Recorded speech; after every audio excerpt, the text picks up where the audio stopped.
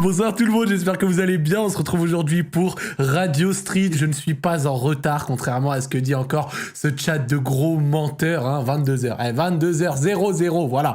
Il y a des moments sur YouTube, ils me disent ouais, mais on sait jamais si c'est le chat qui a raison ou si c'est toi qui mens et t'es vraiment en retard. Je le dis dès le début, je vais garder un œil attentif sur le chat parce que je vous jure que tout spoil de SNK sera frappé d'un bannissement instantané. Et même des tentatives de spoil. Je suis très content de vous retrouver pour cet épisode. Je vous cache pas que c'est un épisode avec une préparation absolument zéro. Genre, une préparation tellement zéro qu'on n'a pas de thème, on n'a pas d'invité, rien. On est juste venu en slip. On lance Discord, je vais rejoindre le Discord et on va retrouver l'équipe. Ça va bien se passer. Allô, oui, bonsoir. C'est pas trop tôt. C'est pas trop tôt. Pardon, excuse-moi. C'est 2 minutes de retard. Ça va ou quoi? Tranquille et vous? Ouais, ça va super. Trixie, ça va ou quoi? Tranquille?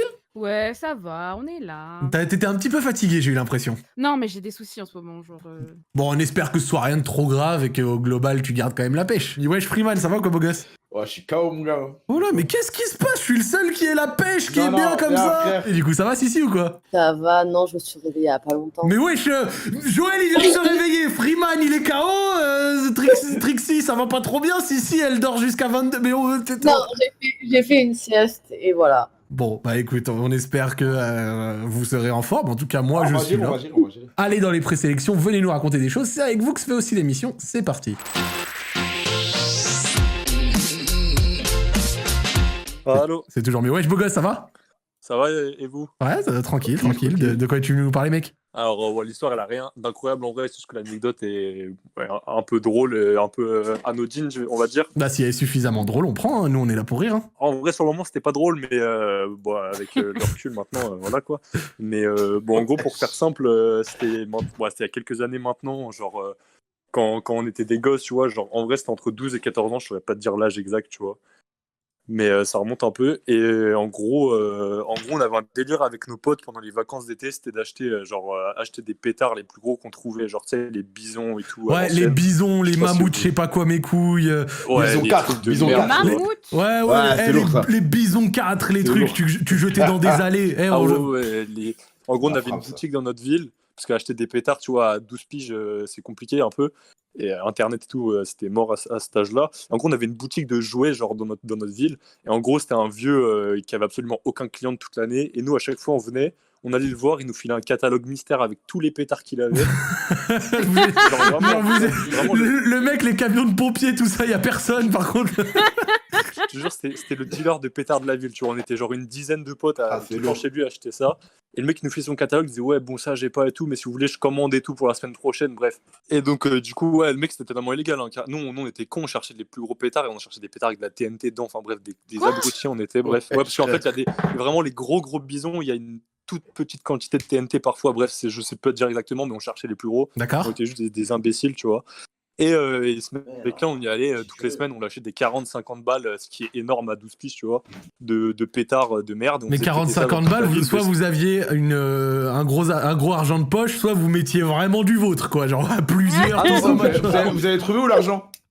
Ah non, mais en fait, c'est tout le monde mettait la main à la poche et on se faisait des stocks comme ça, tu vois. On galérait pour acheter un grec à 4, frère. Ah bah, J'ai jamais eu perso, j'ai jamais eu d'argent de poche de ma vie, tu vois. Après, on se démerdait comme on pouvait, mais bref, on achetait on achetait des pétards, bref, on se faisait péter dans toute la ville, il y avait pas de... on ne faisait pas ça pour niquer des gens ou casser les couilles, c'est juste notre délire, tu vois. bien sûr. Et en gros, dans cette même ville, on a un parc, en gros, c'est un grand parc avec une grande étendue d'herbe et l'été, 40 degrés, tout était ultra sec, tu vois. D'accord. Mais genre sec, vraiment sec, c'était de la paille le truc. Et c'était hyper dense. Et on avait acheté un style de pétard, en gros, c'est des pétards, c'est comme des allumettes, c'est-à-dire que tu le prends, tu le grattes contre la boîte et le truc il flambe et au bout de, je sais pas, 5 secondes, il explose, tu vois. Genre, tu le grattes sur la boîte comme un truc où tu grattes les allumettes? Ouais, comme une allumette. Ok. Ouais, c'était exactement ça. C'est un pétard, il y avait une espèce de une petite matière au bout, tu le grattes, ça prend feu. Et ces pétards-là, la différence avec ceux avec une mèche basique, c'est que ça fait une vraie flamme, tu vois. Et du coup, j'ai un pote, on était 3, et j'ai un pote, il prend ce pétard, il le gratte et tout, et il le tège dans le parc. C'est bonne idée, ça. Non, mais nous, on était en mode, ça va faire du bruit, c'est drôle, tu vois. Et là, ça explose et tout, et on commence à voir des flammes bizarres, tu vois. Et mes deux potes, ils regardent et tout, ils savaient pas quoi faire et tout. Moi, je sais pas, j'étais plus lucide à ce moment, je sais pas. Je cours dans l'herbe et j'essaie de taper du pied pour tout éteindre, tu vois. Parce que ça a commencé à faire feu, tout ça, machin. Bon, mais genre, c'était vraiment un petit feu, tu vois. Genre, en mode, tu fais brûler un bout de papier, tu vois. Je me suis dit, vas-y, je vais taper du pied, ça va s'éteindre, on se casse, fin de l'histoire. Et en fait, j'ai vite remarqué que ça s'éteignait pas du tout. Et au contraire, ça commençait à prendre vraiment, mais genre une sale ampleur, tu vois. Genre, en l'espace de. En vrai, je sais plus exactement, sans abuser, en l'espace de 30 secondes. C'est ça doit faire vite. C'était mieux que j'étais déjà plus dans l'herbe, tu vois, parce que je pense que j'aurais été bien brûlé. Ouais, toi, tu te serais mis pas bien du tout. Et ça commençait, les femmes, elles faisaient la taille d'un arbre pour te dire, j'abuse même pas. Quoi? C'était abusé. Non, c'était abusé, c'est vrai. J'ai pas de photos, j'ai pas de vidéos, parce que forcément, c'est pas le truc auquel j'ai pensé, tu vois. Ouais, bien sûr. Et ça commençait à prendre de baiser et tout, et nous, on se regarde et tout, on fait, vas-y, oh, nos parents, ils vont nous enculer, tu vois, on a pensé à ça direct. Oh, nos parents, ils vont nous enculer, faut pas qu'on se fasse Ah choper. bah là, c'est et hashtag tout, analyse, hein, ouais, ils vont vous démarrer vos mères, ouais. On s'est dit, vas-y, les flics, ils vont arriver, on va se faire casser la gueule et tout, on est dans la merde. Du coup, premier réflexe, on court. On a fait 3 mètres, il y a une daronne qui nous arrête. En vrai, on aurait pu courir, mais je sais pas, à cet âge-là, on a eu chaud, du coup, on s'est arrêté direct. D'accord. Elle nous fait, ouais, faut appeler les pompiers, tout ça, vous allez pas vous partir comme ça et tout, bref. Il y a un vieux qui était en train d'appeler les pompiers, justement. En l'espace de 5-10 minutes, il y a un premier gros camion de pompiers qui arrive, c'est des gros camions qui éteignent les feux. Ils sortent le matos, ils balancent leur lance à incendie, commencent à éteindre et tout. Là, je sais plus pourquoi ni comment, mais cette même daronne qui était vénère qui nous arrêtait, elle était plus là, tu vois. Genre, elle est Mais partie, restait toujours elle le est pas vieux qui restée. et il restait Tant plus mieux. qu'un le vieux qui a appelé justement, et on parlait avec lui, il nous disait ouais, comment vous avez fait ça et tout, mais genre hyper bienveillant. Il disait ouais, vous avez fait une connerie et tout, c'est pas grave et tout, mais faut pas faire ça et tout, bref, ultra bienveillant. Et là, il y a une voiture de keuf qui arrive. Bon là, on s'est dit on est mort. Et les keufs, ils descendent, ils commencent à venir vers ce même vieux et nous, du coup. On D'accord. était genre en mode un petit groupe, et ils viennent et tout, et ils demandent au vieux direct, ouais, il s'est passé quoi? Et là, le vieux, il balance, ouais, il y a des gosses qui se sont amusés avec des pétards, ils se sont barrés en courant, ils sont plus là. Et nous, on était juste là, on était juste devant lui. Genre, vous étiez devant? devant lui, et le vieux, il dit au keuf, ouais, c'est des jeunes, ils ont fait les cons, ils sont partis en courant et tout. Et on était là, on venait de tout lui raconter, tu vois. Trop D'accord. gentil. Ah, mais j'avais vieux- pas capté! Putain, c'est vrai. Mais il vient de vous innocenter, vous étiez. Mais il nous quel a- il nous a- frère! Et là, le keuf, il commence à repartir vers les pompiers et tout, je sais pas ce qu'il a fait et tout. On regarde le vieux, on lui dit merci monsieur, on s'est barré. Ensuite, on est parti genre en marchant normal, tu vois. On voulait pas que les keufs ils se disent bizarre, pourquoi ils courent, tu vois. Genre on marchait normal. Moi, je pense qu'on tremblait comme des feuilles mortes, tu vois. On est passé et tout. Et sur la route du retour, on voit un deuxième camion de pompiers qui arrive en bombe au parc. Je pense que vraiment le feu il était sale et on est retourné la semaine d'après. Genre, oui, bah en fait, tout avait cramé, tu vois. Genre toute l'herbe après, genre ça a pas brûlé, genre ça a pas brûlé de bâtiments ou de jeux pour enfants, etc. C'est vraiment juste une étendue d'herbe, tu vois. Ah, bien sûr, ça vous a pas. Genre, il y a pas eu de vie en danger, rien. Non, il y avait absolument personne dans le parc parce que c'était un parc fermé en plus, donc voilà. Et bref, il y a eu aucun blessé, etc. Donc ça, à ce niveau-là, aucun problème. Mais et du coup, ouais, pendant la semaine qui a suivi, j'étais trop pas bien. J'avais peur que mes darons ils rentrent un jour, ils disent ouais, on a appris ça, etc. Mon pote, sa daronne justement qui passe souvent dans le parc, a dit à mon pote ouais, t'as vu le parc là, il a tout cramé, etc. Ah ouais, bah. On a bien vu, ouais. Bizarre. Mais bref, trop stressant et bon, c'est que ça entre guillemets l'histoire, il n'y a pas d'autres chutes. Vous avez continué après ou pas? Genre les jours d'après? Non, et tout, vous avez fait des moi pétards j'ai peur toucher au pétard de toute ma vie après. Ça t'a vacciné c'est directement. traumatisant, hein. Ah, c'est traumatisant, hein. Bon, bah, Tant mieux, frère. si ça t'a vacciné et que depuis vous allez mieux et que au final vous avez pas refait de conneries qu'à ça et qu'en plus ça a fait du danger à personne, j'ai envie de te dire tant mieux. Il y a eu Ouais, du bien, ouais, un mal pour un bien.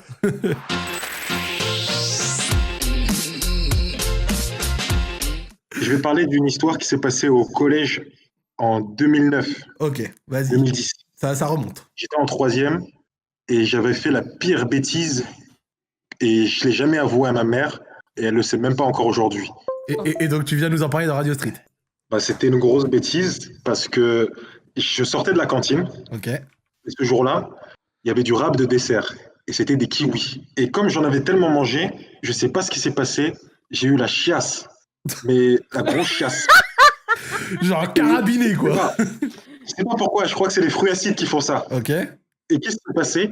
Eux, ils avaient fermé les chiottes de la cour. D'accord. Et je pouvais aller nulle part. Ok. Et du coup, je retourne dans la cantine et je vais voir le chef de la cantine et je lui dis s'il vous plaît, est-ce que c'est possible d'utiliser les toilettes du personnel? D'accord. Elle me dit, ouais, y a pas de problème, vas-y. À ce moment-là, t'étais Je rentre vraiment dedans. pas bien. J'avais mal, Ok. ça piquait. Je rentre et je vois c'est vide. Il y a que un lavabo. Il y a rien, il y a pas de balayette, il y a pas de ventouse. Et il y a que la cuvette. Je D'accord. vois, il y a pas Mon de papier. Dieu, je sais. Du coup, je vais revoir la dame et je lui dis, s'il vous plaît, est-ce que vous avez du papier pour s'essuyer, des trucs comme ça? Et là, elle me donne un gros bloc. Vous savez, les papiers là qu'on a à la cantine là, pour s'essuyer la bouche. Oh, sa mère. Oh non. Les papiers tout rêches qui scratchent, là. Et elle me donne le gros bloc et je le prends et je rentre dans les toilettes. Du coup, je fais mon affaire. Ouais. Je m'essuie, tout ça, compagnie. Bah, tu te la donnes. Et là, je vois qu'il y a trop de papier qui me reste dans la main. Et je vois, il n'y a pas de poubelle. Je dis, mais qu'est-ce que je vais faire du Donc papier? t'avais du papier plein de merde dans la main? Non.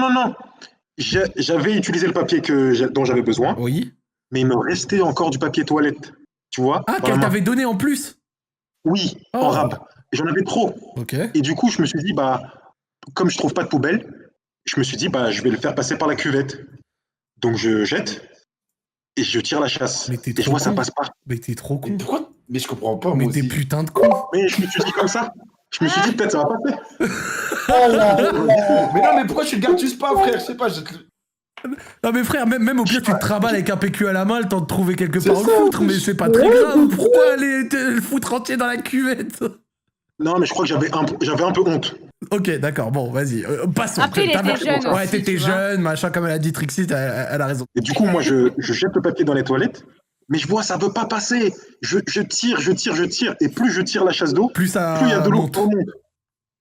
Et plus je tire, plus l'eau remonte, et plus la fiente et toute la chasse, elle remonte aussi. Oh, oh, Oh, oh. mon Je dis, mince, il n'y a même pas de ventouse, il n'y a rien. Je peux même pas utiliser un bâton ou un truc.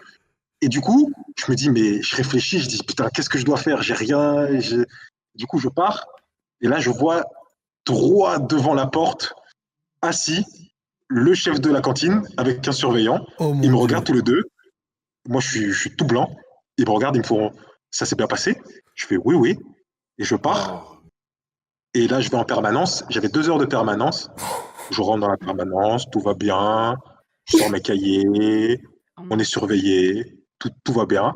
Et là, sorti de nulle part, le chef de la cantine, il arrive en mode sauvage, mais en mode sauvage. Hein. Je me souviens, il était énervé.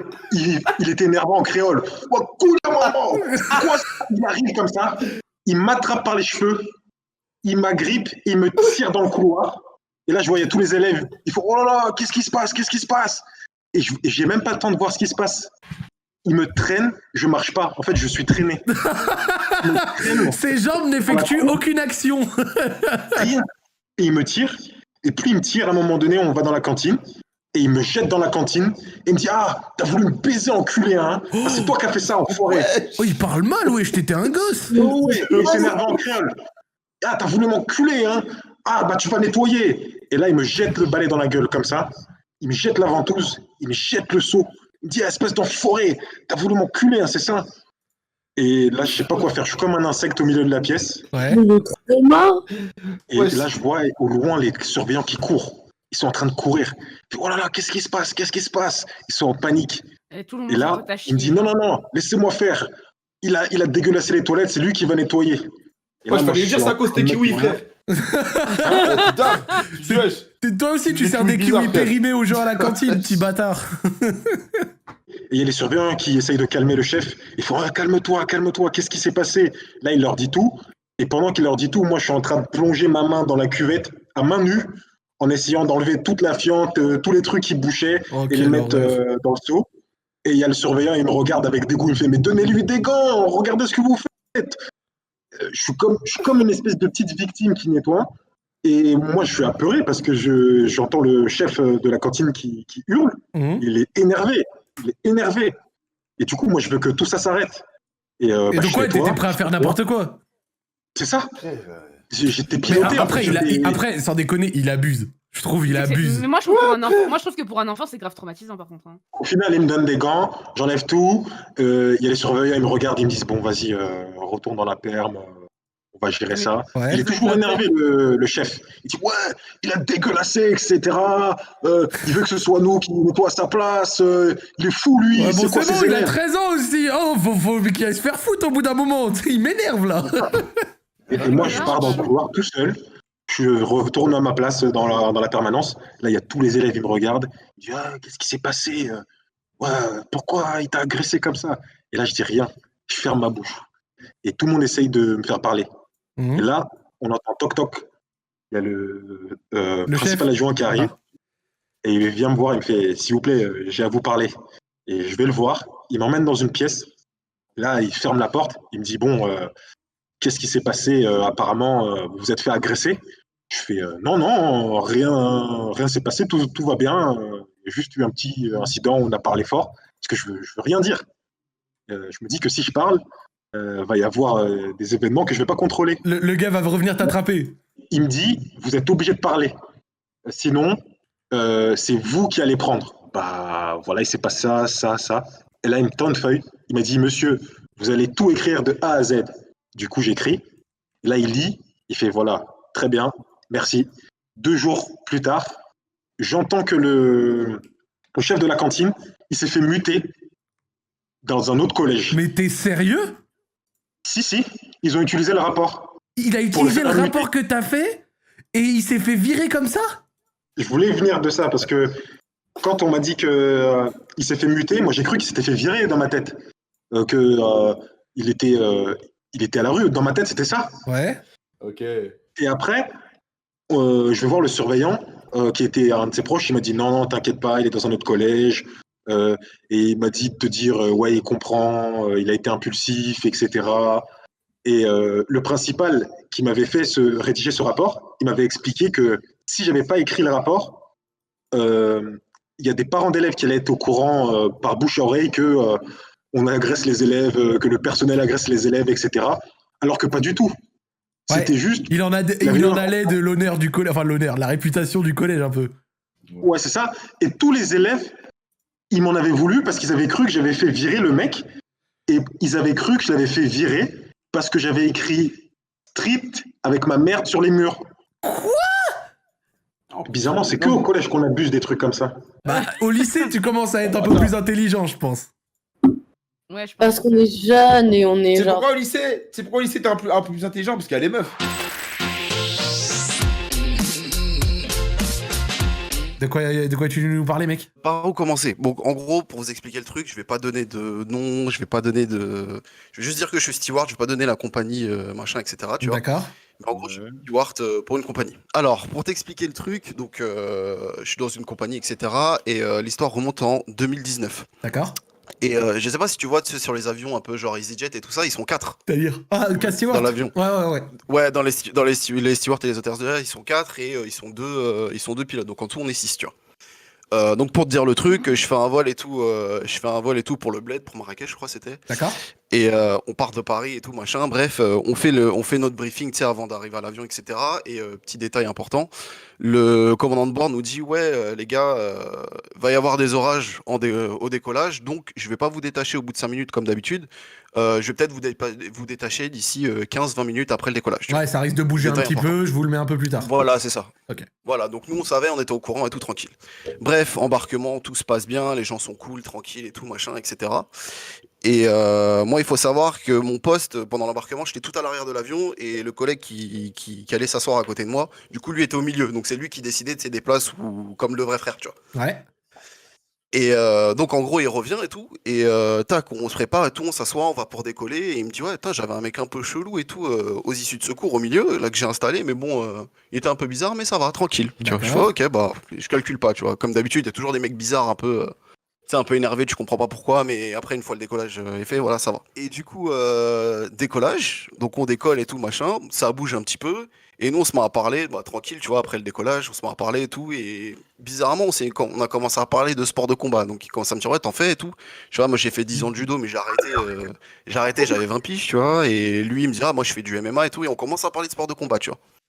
Pendant 10 bonnes minutes. Et au bout de 10 minutes, sachant que c'était un décollage tôt le matin, à 6 heures en hiver, Ok. et on entend hurler dans la cabine. Mais quand je te dis hurler, c'était un truc, c'est une meuf, elle hurle, j'ai cru, on était en train de la poignarder, quoi, tu vois. Et là, je me dis, waouh, c'est quoi le délire? Donc, moi, réflexe, je me lève et j'allume, enfin, je vais sur l'écran pour allumer la lumière dans l'avion, tu vois. D'accord. Et mon collègue, lui, il part en flèche, tu vois, dans la cabine. Et quand Ouais. j'allume la lumière et tout, je commence à avancer vers la cabine et je vois, en fait, au milieu de l'avion, il y a un mec qui a attrapé un autre mec aux issues et qui l'a attrapé, en fait, par le callback. Et je vois, comme s'ils allaient se taper, tu vois. D'accord. Forcément, vu que c'est une situation un peu relou, moi en plus, ce mec tranquille, tu vois, et je dis ça comme ça à haute voix, alors que normalement je devrais pas le dire, je commence à faire putain, mais ils cassent les couilles à vouloir se taper tout le temps, les gens là, ils ont quoi aujourd'hui? Ouais. Et je dis ça, tu vois, à haute voix. Et là, j'ai une passagère à côté qui m'attrape le bras, elle me dit non, en fait, c'est pas ça.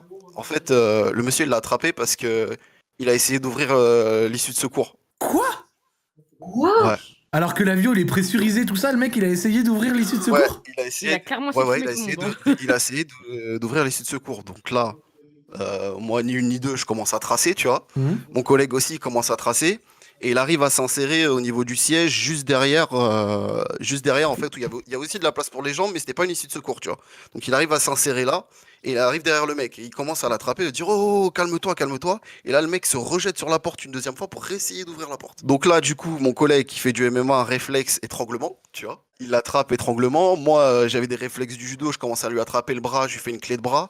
Et là, le gars commence à se débattre de ouf, alors que le mec était tout fin, mais c'était une baguette de pain, mais il avait une force, je savais pas d'où il la sortait, tu vois. Et imagine le truc, c'est que nous, on est arrivé après, donc il y avait déjà du monde autour, en fait, tu vois. Donc fallait gérer la foule et le mec, tu vois. Mhm. Donc ça commençait à être compliqué, tu vois. Donc on commence à essayer de le maîtriser et tout. Et là, on entend crier à côté de lui, ah, machin. Et en fait, on comprend que c'était la daronne qui était à côté en disant, faites pas mal à mon fils, faites pas mal à mon fils. Mais le mec il fait ça à côté de Wesh. sa propre mère?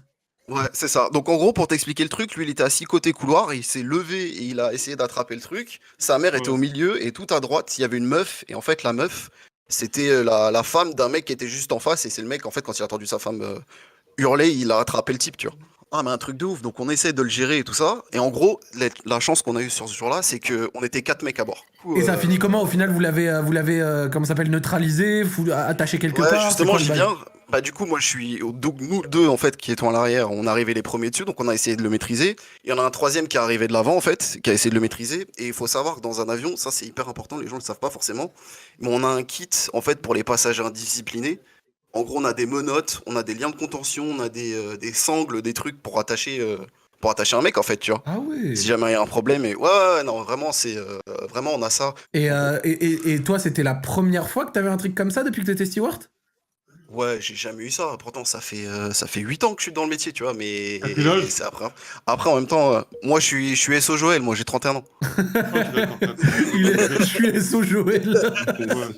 Et donc, du coup, on essaie de le maîtriser et tout ça. Et nous, on a le chef de cabine qui arrive qui nous voit et qui sait pas trop quoi faire. Du coup, il fait demi-tour. Il va chercher les menottes. Le temps qu'il aille chercher les menottes, je vois, sans mentir. Alors, pourtant, je suis grand, je suis un peu imposant, mais je vois 8 Joël qui arrivent de l'arrière de l'avion, qui se lèvent tous et ils commencent à dégager tout le monde en mode laissez-nous passer, on va le niquer, hein, on va le démonter.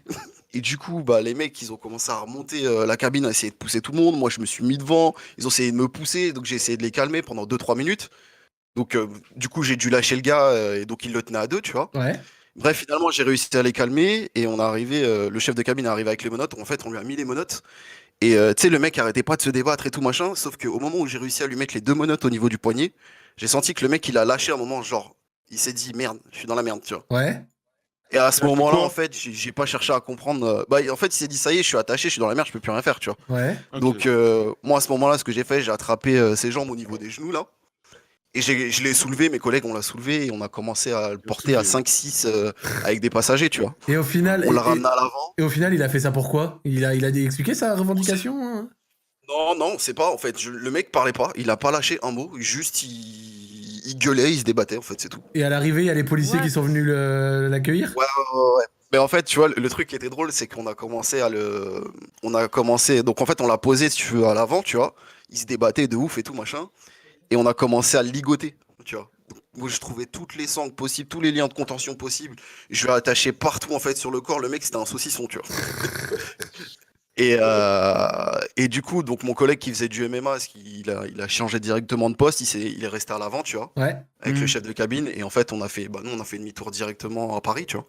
Bah, c'est trop dangereux. Ah 3 ouais. heures, Ouais. il y avait 3 heures et demie de vol, tu vois. Ouais, bah ouais. Ouais.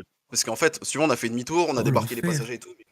Nous, fallait qu'on aille à la police, fallait qu'on aille porter plainte pour la compagnie, Ouais. tu vois. Bah ouais, ça devait être chaud. Mais pas mal de gens dans le chat demandent si genre la porte elle s'ouvre du coup ou faut des gestes Alors, techniques pour non, pouvoir non. le faire. Genre c'est pas le premier random qui peut le faire, je pense. Non, non, justement, je voulais sensibiliser sur ça. Vas-y. Faut savoir que la porte, elle s'ouvre pas. Elle peut pas s'ouvrir.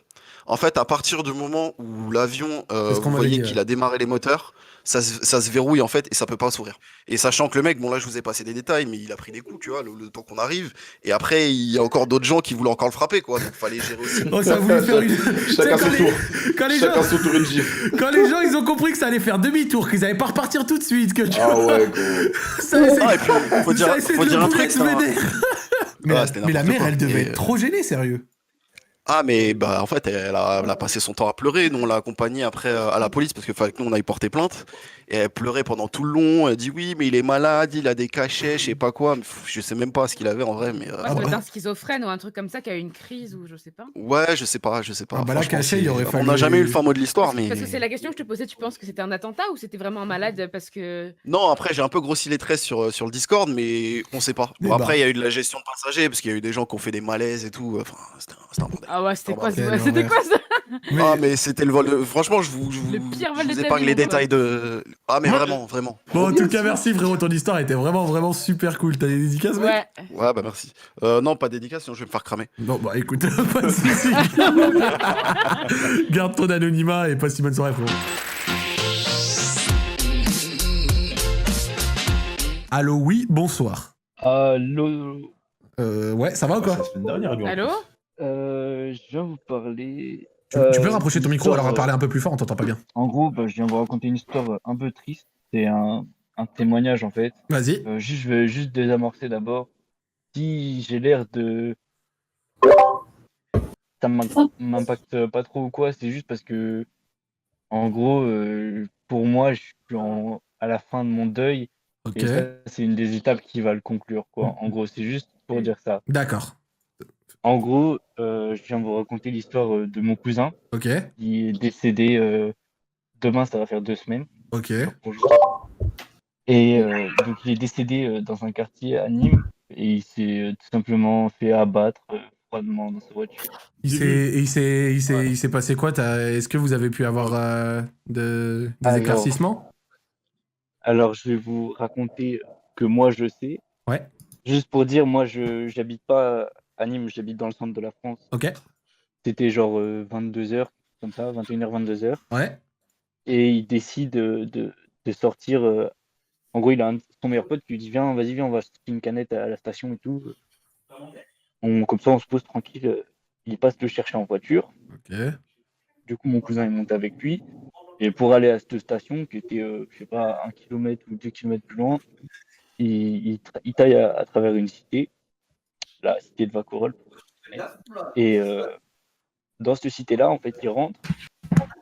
Et direct, ils font 50 mètres et d'un coup, ils se font courser par. Tu sais, ils voient, il y a un espèce de petit fourgon qui leur déboule au cul, qui les double, qui leur coupe la route, machin. D'accord. Et arrivé presque à la sortie du quartier, il se met devant.